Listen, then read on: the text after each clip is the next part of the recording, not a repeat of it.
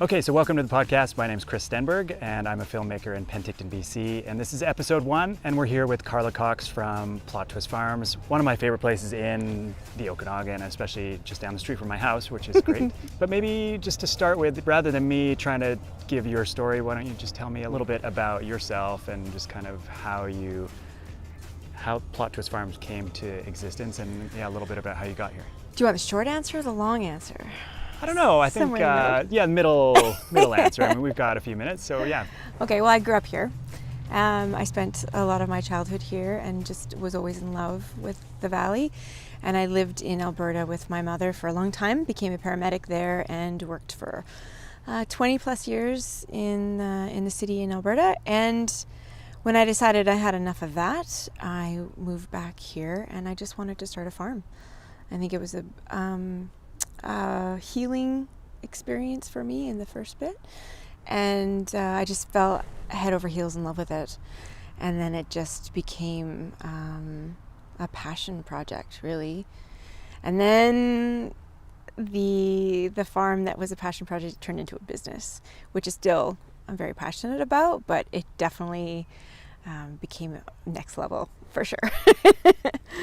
When you think about that kind of journey, I mean, you've both come from a totally different kind of career, but then also from the city to, a quite small area, which, is probably an easy transition at first when it's sort of sunshine and rainbows and wow, look at this place. And it's idyllic. But as you settle into small town life, it can be quite different as well.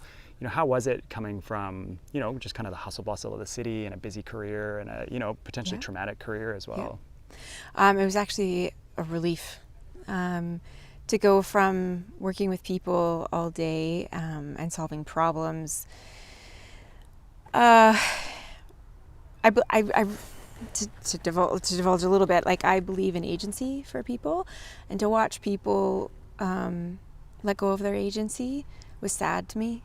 And I saw that a lot working as a paramedic, because people have so much power innately, and to just let go of that was challenging. So to come to farm and to leave a marriage and to leave a house and to leave a career and multiple jobs doing that, something I've done for many, many years, and to come to a small town, although it was always familiar to me, this was always felt like home. It was, it felt like coming home. It was a safe place for me, and to kind of unwind from years of being in a city and doing that work was really wonderful. It was just me and my dog and sunshine, and it was a plenty of space, literally and figuratively, to just kind of figure it out. And there was no pressure to succeed out of the get-go. I was really grateful for that. I had enough financial space to and enough support from my family to just kind of see what happens, and to really just fall in love without the pressure of making a living or supporting kids or a partner or anything. So that was good. It's also a pretty rare opportunity to have that space in all those different ways, and just be in your own thoughts and have time. And I mean, those moments in life don't seem to come up that often, as I'm finding out. No, but I think I do believe that the universe lines things up for you. So when you're ready for those opportunities and they come available, you really just have to pull the trigger on them and then be grateful that you have that opportunity. So I think the key was I didn't have expectations, and I was terrified because I had no idea what I was doing. So I definitely wasn't a professional from the start, and I was really scared because I'd made this huge move. I had no plan, none whatsoever, and yet I had the space to just figure it out. This is a result of trial and a lot of error. I messed up a lot, but lessons. There's mistakes and there's lessons. If you keep doing the same thing over and over again, you're making a mistake. But if you take that mistake and use that as an opportunity to learn and grow, then I think that's a lesson. And I think the universe really responds to that. And so when I came out here, I came back here in March, and I had a friend had basically said, okay, I have this land and I have this big dream and I want you to come and see it, and you can build this farm and it's going to be amazing. And I was like, wow, that's kind of exactly what I'm looking for. And I went and looked at the space and I was like, this is awful. This is not at all what I was thinking. This is impossible. It's on the top of a mountain. You said 40 acres is more like a quarter of an acre. I came back very despondent. And, you know, I remember talking to my uncle who lived here, and he's like, what is it that you want? And I said, I just want space to farm. I don't know why, I just do. It's something I want to do. And yes, I was scared to do it. But I think that when you're so passionate about something, whether you're afraid or not, the excitement and the desire to do it has to outweigh the fear. And then, yeah, you're terrified when you're doing it, but as more time goes by, your excitement overpowers your fear, and all of a sudden your fear is gone, and you've been doing it this whole time. And it's extraordinary because you're like, okay, I'm not afraid anymore, and I'm in love, and it's wonderful. I don't know if we can talk about Scott in for this, sure. but we don't have to mention him by full name or anything. But, you know, he had this place. You came along, I don't know what point you met or whatever, but he was kind of an eclectic character. Very. And did definitely have a vision for this, because I know him as well, and I remember him talking about some of the things that he was trying to do, like the sommelier pods, which are now chicken coops. If I had $1 for this time, every time somebody asked me, what are those? What are those? And I think that, like, what was also interesting, you know, he did have all these crazy ideas, and in the end, you know, he was the one presumably that sort of allowed or saw your vision in this and was like, hey, Karla, this is a great idea, let's do this, right? Yeah. Is that how that? Well, kind of. It was a bit more passive than that.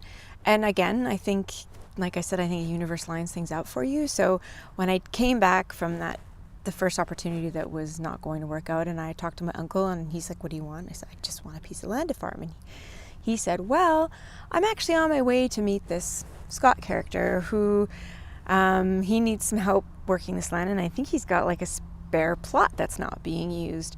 And it was just literally like fate. Like, it was just everything lined up perfectly. So he had this half acre here that was fenced and private, and it had water, and he was willing to just let me do what I wanted to do. I told him I just wanted to grow vegetables, and I had no plan other than that. And he was gracious enough to allow me that for 2 years until he sold the property. And he was wonderful. He didn't need to allow me the space, and he let me come onto his land and just play and figure it out. And that's kind of where my hooks got in. And he's an interesting character too, because he, you know, obviously was of some means, right? But he had a real hand in fostering a lot of creativity in wherever he was at the time. So I know in Vancouver he had a place called the Parking Space or Parking Spot, and it was this tiny little space, and he ended up kind of just sort of gifting that to an artist for a year every year for a while so that they could create in this tiny little space. And then same here, it was kind of like, what can you do with this? What can you bring to this? And I thought, you know, on the note of creativity, that's a really cool way to encourage things around you in the world too, when you have that ability. Because not everybody obviously can just come out and find land to farm on, and this is one of the bigger challenges at the moment. But you know, there's organizations like Young Agrarians and you know, lots of young farmers that seem to be, since you've come along, even more so now, like this movement is growing. And I look around, and a lot of the people doing this sort of small plot farming are women, are younger, and it's not who you'd expect typically. I know. I would have never thought I would become a farmer. I didn't even contemplate that. It was so bizarre to just go to that. But I think that's the brilliance of life, is you know you're going to change. That's the only thing you know. You don't know what's going to happen, but there will be changes. And I think that's one of the reasons that my business name worked out so well. It's a plot twist. Like, if I thought I was going to be where I am now, like 20 years ago, I would have, you know, probably a couple kids. I'd still be in Alberta. I'd be married, and I'd probably still be in the same career. But, you know, things change. And none of those things are true right now. And I think that's the brilliant thing about being human. You get to evolve and change and adapt to your circumstances and your interests too. So if your interests change and something lights you up inside, then you have to pursue that. And that's what's great, because then it really brings out the creativity in each individual. And Scott was always amazing like that, because, you know, he had a shoe company and a restaurant, and he had the art space, and he had his fingers in all kinds of honeypots, which is amazing because he allowed, like you said, he allowed open space for people to kind of fill in with their brilliance, and thank goodness for people like that who are generous. And the new owner who bought the property after Scott sold it, I remember when he said he was going to sell it, I was so far in love with farming that it broke my heart, because I was like, great, somebody's going to buy it and just turn it all into grapes and I'm done. That's it. That was my blip. And then I got really lucky with the new owner that bought it. She's amazing. And she's like, no, keep doing what you're doing. I love having you here. What else can you do? How else can you contribute?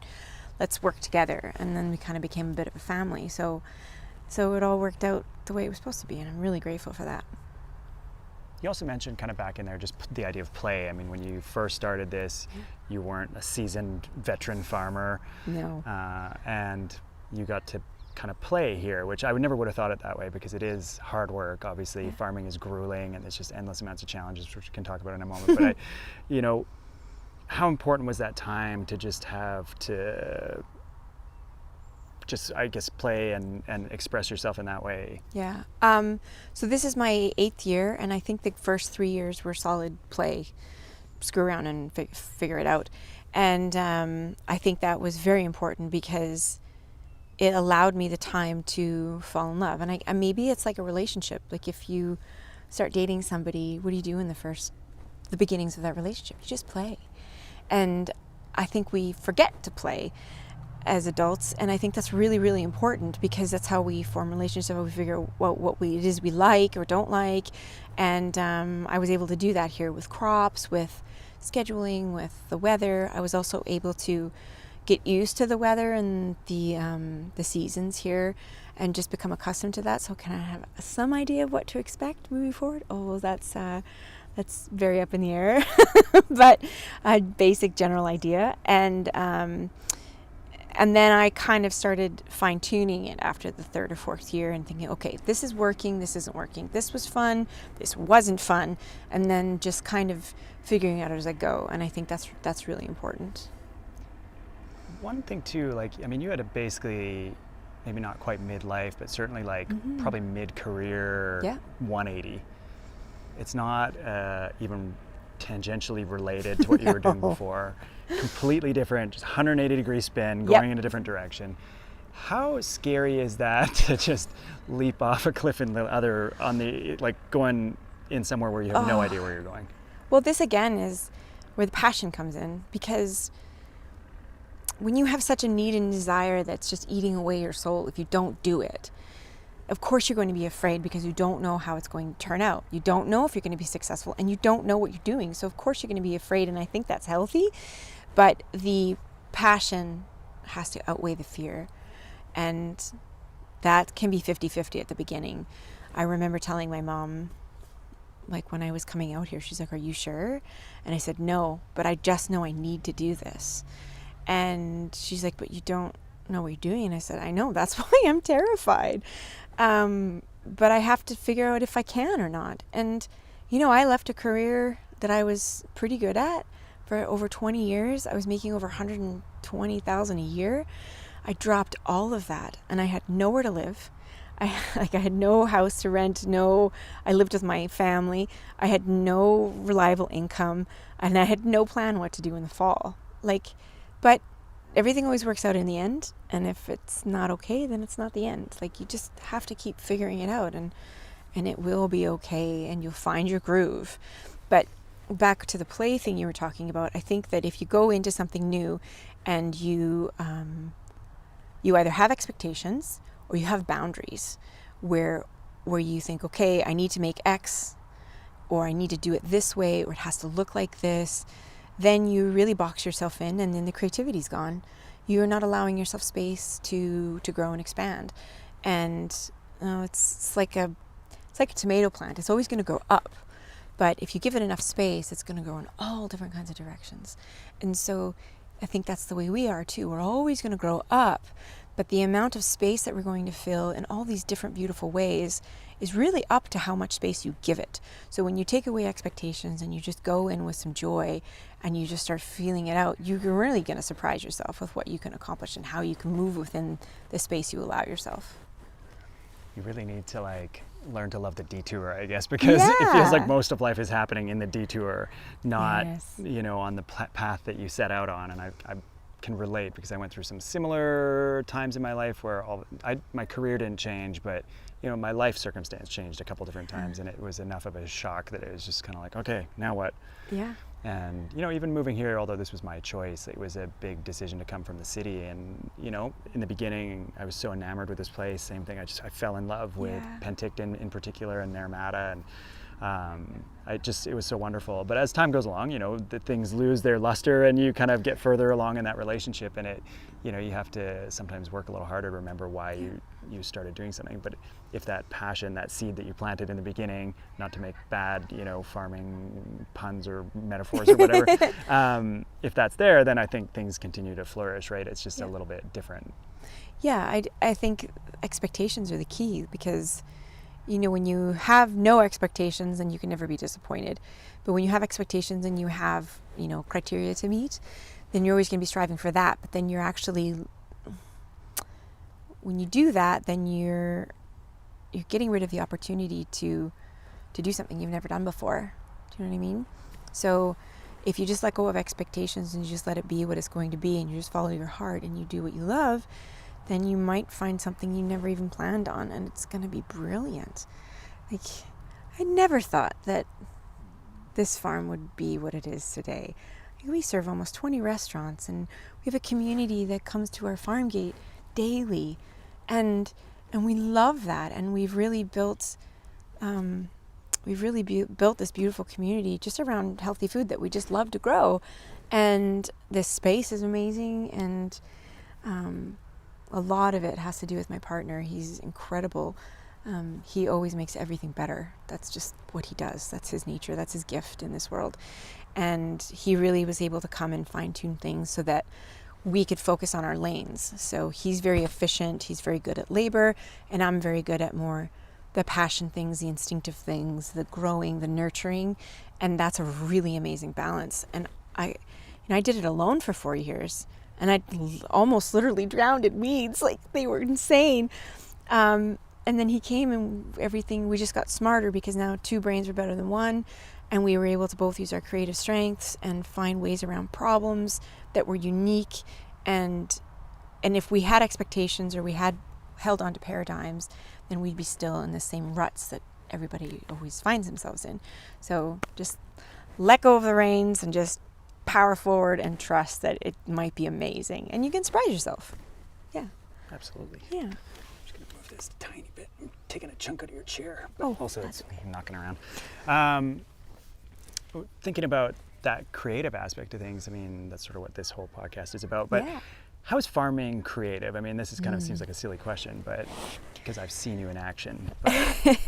I think it's really creative, because you know, there's some things that stay the same. Like, we're always going to put the tomatoes in the greenhouse. We're always going to grow lettuce. We're always going to grow carrots. But nature is always going to do whatever she wants to do. So that's when you have to get creative, because your best laid plans are merely guidelines. It's like trying to make a recipe and then figuring out you don't have 6 of the ingredients and your oven doesn't work. So you have to just figure it out. And creatively, of course, I think of beauty when I think of creative things, and I always think a garden is beautiful. I always think a farm is beautiful. I always think anything that is alive and thriving has a natural beauty to it. But I like I like adding companion planting and flowers to the crops, which is a creative aspect, I think, but it also is super functional. So I think there's function and creativity that marry each other on the farm, and I love that. And function, creativity, beauty, and efficiency is rampant on the farm for sure. When I think, quite literally, you are like giving life to things, right? To plants and vegetables and all that. So I guess that is literally creative. Yeah. But then, like you said, there are numerous things that happen throughout the year from season to season that are challenges or new ideas or whatever that constantly need attention and new ways of thinking, which is also would be kind of creative, I would imagine. Yeah. Well, if you think of the word creative, create is the base of it. We're creating solutions, we're creating product, we're creating an environment. So,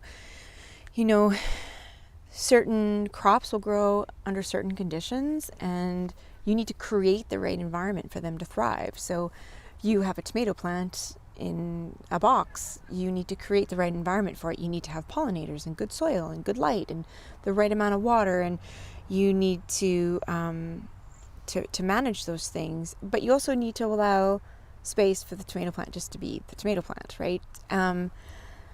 And yeah, to look on all of this and feel like I've said this 100 times, that all of this stuff came from just a seed, like a few thousand seeds. It's amazing what happens when you just give it a little bit of attention and a little love, and then it nurtures you. So I think I nurture it for a while, and then it nurtures others, and that's what we've also created community. We've created food to end up on multiple plates and in multiple bellies, and I think that also creates health. And that's really one of the things that we're very, very that's one of our highest priorities, because we take care of our soil. We've created this soil. We've built it over years, and that creates nutrition in the soil, and then therefore health in the plant, and that makes it healthy for the human that's going to consume it. And that is so important to us, and to create that community around that, and to have the ability to provide for people it's such a privilege. Community here, you said nourish. I thought that was a really nice way of putting it, but you've got all these people coming to your farm, you've got people going to restaurants that are buying intentionally from you because of where you are and what you're doing philosophically. Yeah. How does it feel to kind of connect on that level? I mean, that's such a fundamental thing, eating, right? Oh man, that's a huge source of pride for me, for sure, that I've created something and somebody wants to buy it. Like, I'm not a salesperson. If you want something, you can come and the product will stand for itself. I'm not going to bend over backwards and try and sell you something.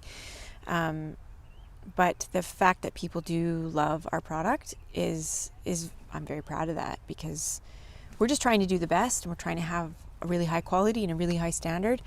And we have some things that we don't negotiate on, we don't falter from. No chemicals, no pesticides, no herbicides, no insecticides, none of that stuff. Like, that is a no-go 100% of the time, because I don't want to eat that.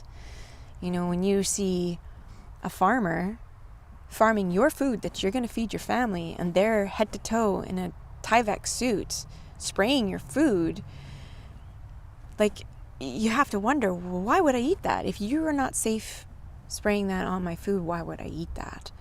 And that's a no-go for us, because first of all, you don't need it at this scale, and because people know us, like, I think a really important thing is be connected to your food system, meet a farmer or know somebody through a farmer, so that you can understand and trust your food.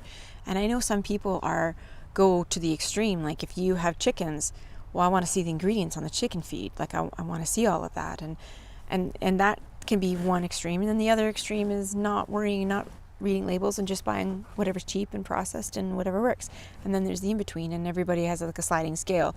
But I think the most nourishment you get is from an energetic perspective.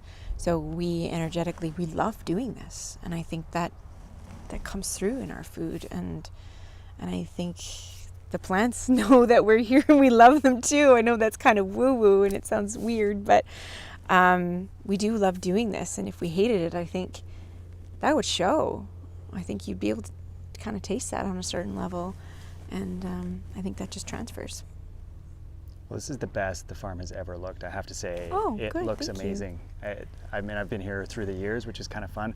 And I think maybe I need to do like an aerial shot to show that, like, because I have some original footage from years ago. And it looks really like vibrant and healthy and like so organized and tidy. And That's my partner. yeah, I know, that's Ralph. Yeah. He's amazing. Yeah. No, I'm not saying you're not that, but I mean, it No, really is. he is on top of it, and It's different level now. It's yeah, and there's still space for me to enjoy what we're doing, despite like, okay, there's structure now, because before we always joke about this, you know. I'm always Ethan Hunt jumping out of an airplane with no parachute and no plan, and he's like, what are you gonna do? And I'm like, I'll figure it out, as I like let go of the plane. And he's much more like, okay, I'm gonna do this, and then this, and then this is going to happen, and then this is going to happen. And I'm like, do you understand weather? Because you have a plan, but then the weather is going to screw it up, and you're not gonna have a plan. You need to be adaptable. And I think being a paramedic for so long really made me adaptable.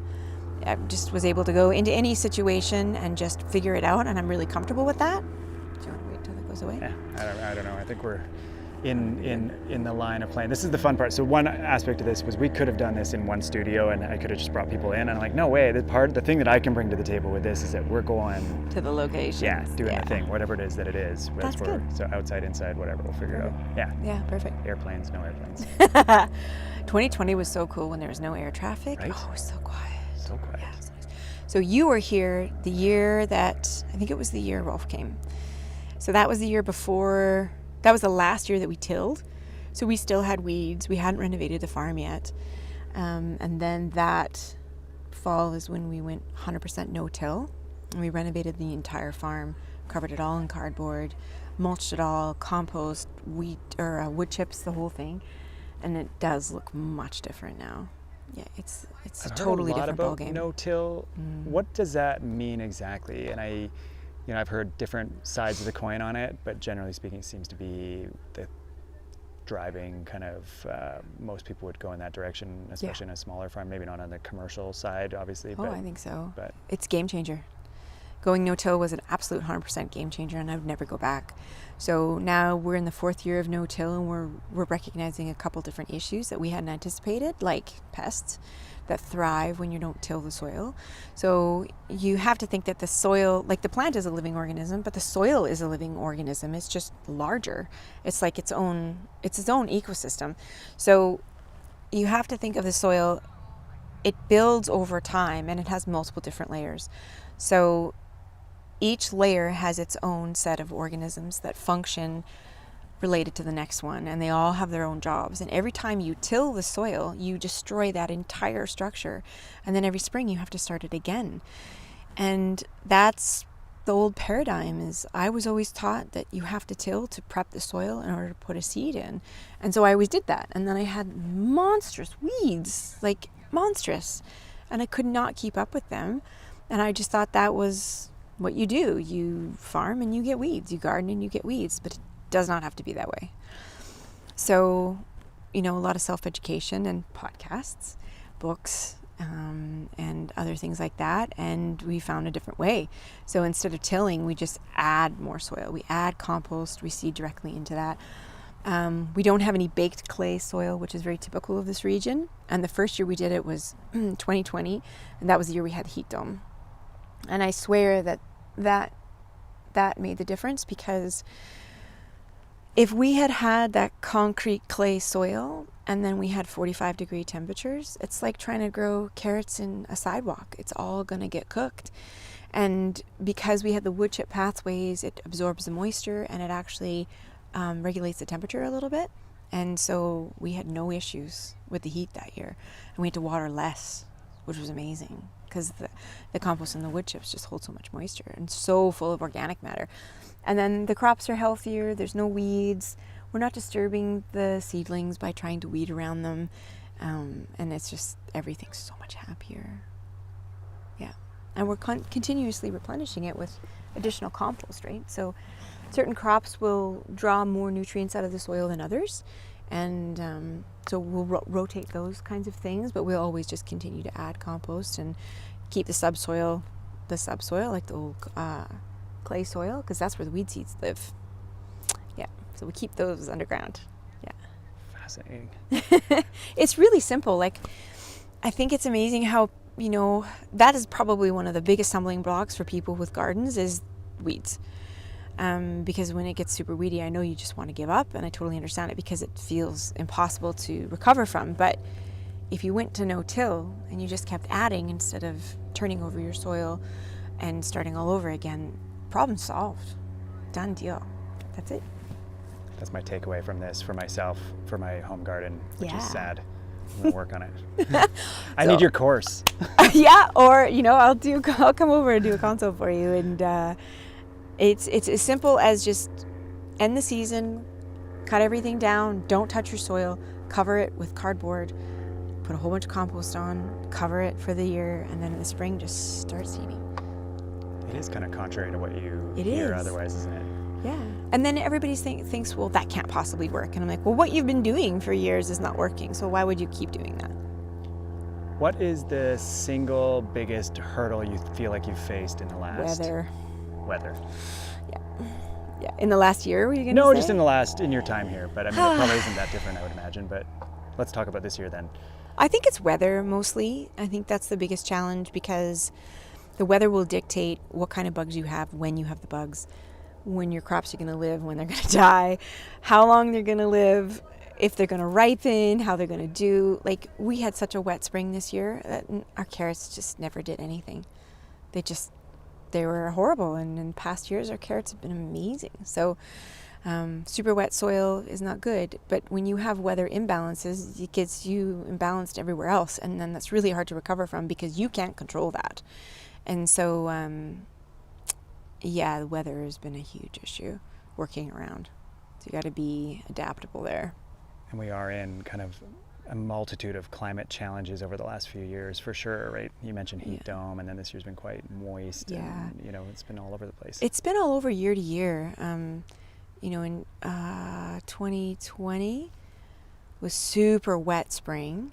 And then, was it 2021 we had the heat dome? I can't remember now. 2021. Yeah, so 2020, my partner moved here from Ontario, and he's like, this is supposed to be hot here. He's like, everything's green and it's wet. And I'm like, don't get used to this because this is not normal. And then the next year, oh my goodness, the fruit was cooking on the trees, as you know. It was 2021, and that was craziness. And then the next year it was totally different. So, and then last year was perfect growing conditions, start to finish. Last year was amazing. And then this year, April and June should have swapped. So every year it's different because it's nature, and she's going to do what she's going to do. And we just take what we can, I guess. Grow what we can in the windows that we're given and hope for the best and adapt, right? So we lost quite a few crops this year due to the weather. And so we thought, okay, well, there's nothing happening in those spaces now, so let's experiment. So we planted peas and Swiss chard and beans, like late. We've never done that this late. So we're just going to give it a go and see what happens. And that's something we'll learn. So we'll document, and if it works, and with that timing, then maybe we'll try it again next year. But then you do what worked last year, and then the weather is different next year. So like in the fall, this time of year, late summer, we plant for fall crops, which will work if the weather cooperates. But if it doesn't, then it was kind of a waste of time. So you kind of have to take those risks. Same thing with early springs. You can plant early hoping that you're going to get a head start. And then you have 0 degrees May 10th, which is not fun. But it is what happens. I would suppose that, there's the entrepreneurial aspect of this kind of operation. I mean, we talked a lot about just farming and passion for what you're doing and play, and like that all sounds, like you said, kind of just like, but the other aspect of this is that eventually it did have to become a sustainable business. Yeah. And obviously there's a lot of creative elements to being an entrepreneur as well, and a lot of risk, and also like balancing risk with reliable, sustainable business practice. And for maybe someone out there that's watching this that is thinking like, I would like to get into farming, or I'd like to be involved in the food system or agriculture in some way, like what would you say to them about the business aspect of it? Is it possible? Like, can you thrive doing this? How does this all work? You can, but you have to be creative about how you approach things. So I remember one year, it was my husband's second year here, and I had not listened to what he said, and I had planted a whole bunch of carrots in this one bed. That was a tractor path that he had gone up and used that as a tractor path. So all the carrots came out at a 90 degree. So they went down and then they hit the hard pack and they went straight right. So they were all these 90-degree carrots, and he was just beside himself because he was like, we wasted this entire bed. It's totally useless. It's compost. And I'm like, stand by. And I just marketed them as funky carrots. And the only feedback I got was they weren't funky enough. So you have to be creative to those things. So, you know, we have tomatoes, and one year we had a lot of splits. Like it was really wet. I can't remember. And 50% of the crop was not perfect. So we sold them as, you know, ugly tomatoes, and we sold them at a discount, and the chefs use them for fermenting. Now, chefs are incredibly creative. They will take the worst cut of meat, the crappiest, rottenest stuff that is mostly garbage, and they'll just turn it into gold. So we kind of take that theory and we just, you know, we work with it. So again, letting go of expectations. So if you just think, okay, if you have expectations that you're going to just grow lettuce, and you're going to just grow tomatoes, and you're going to go to the farmer's market and it's going to be awesome, and nobody comes to the farmer's market, you have to be creative with what you're going to do with that. So we ended up opening the farm gate. If you don't have a certain amount of this, then you kind of mix it into this, and all of a sudden you have pico de gallo baskets, right? So you only have a handful of jalapenos. You can't sell 20 pounds, but you can put a couple in each little basket, and now you have pico de gallo baskets. So you have to just make it up as you go. And I think what really helps us is time away from the farm. So when we get stuck in the ruts and we're not sure how to proceed, we'll go for a walk. And the amount of creative inspiration we get just from going for a walk is really powerful, because it just gets you away, and it gets you some different into a different headspace, and you really come up with some interesting ideas. And you can also get inspired by, like, okay, let's try this, and let's try this, and we haven't thought of that, and what if we grow this and we take away this, and we can really kind of rationalize on a different plane than just, you know, having your head down all the time. So you just have to let go of expectations and just see what happens. That seems about right. Yeah. It's life. It's a metaphor for life. Yeah, absolutely. Farming. Life is just farming. Yeah, farmers are a different breed. And I think they all have that entrepreneurial spirit, because you don't really hire a farmer. They just do it because that's what they do. Right? So, yeah. Well, I think that's a nice way to wrap it up. Okay. We could go on forever. I think so. Thank you very much for your time. I always enjoy coming here. I want to bring my kids out here again, because they always enjoy it. And I think that connection to where food is coming from is so important. And I think having exposed, especially our youngest one, to that so early on here has been really magical. And she still talks about those peas. And anytime we get our hands on anything from here, they get pretty excited. And so we actually drove down here, this was like a couple weeks ago, and got some tomatoes and stuff. And so it's fun for them to know where their food's coming from. And for me also. I think that, you know, if a kid doesn't know where a carrot comes from, or they're not sure that it grows on a tree or comes from the ground, I'm like, how did that happen? But I understand when you live in a city or something and you're not connected to your food source. I think that's really, really important. Just to understand where your food comes from and what's in your food, and understanding who dictates what can go on a label, and what corporations that are involved in that stuff. That's really important. If your health is important, you need to understand that. You need to pull that veil back and figure it out and meet the people, because when you meet somebody, you can form a relationship and you trust with them. So if I'm going to grow you food and you know me, you know I'm not going to sell you anything that's bad for you, because I'm eating it too. Right? So, and that's important to me, and you know that, so you can trust that. There is a different layer of trust, absolutely, when you can visit the farm. And on that kind of note, I mean, this is not necessarily like open to the public, come, you know, check out the farm all the time, but, you know, if people want to get in touch with you or find you somewhere, where do we find you online? Instagram is probably the best. So we're Plot Twist Farms BC, and you can reach out and send us a message. We're happy to talk to people, customers with questions. We love giving garden advice, love that, because I want people to thrive and be able to grow their own food and provide for their families, because the amount of pride that comes from that is sensational. And I think that's a life skill that everybody should have. And we're on Instagram all the time. Yeah. Awesome. Thank you, Chris. Thank you very much. It was very nice to see you again. Yeah, likewise. Always.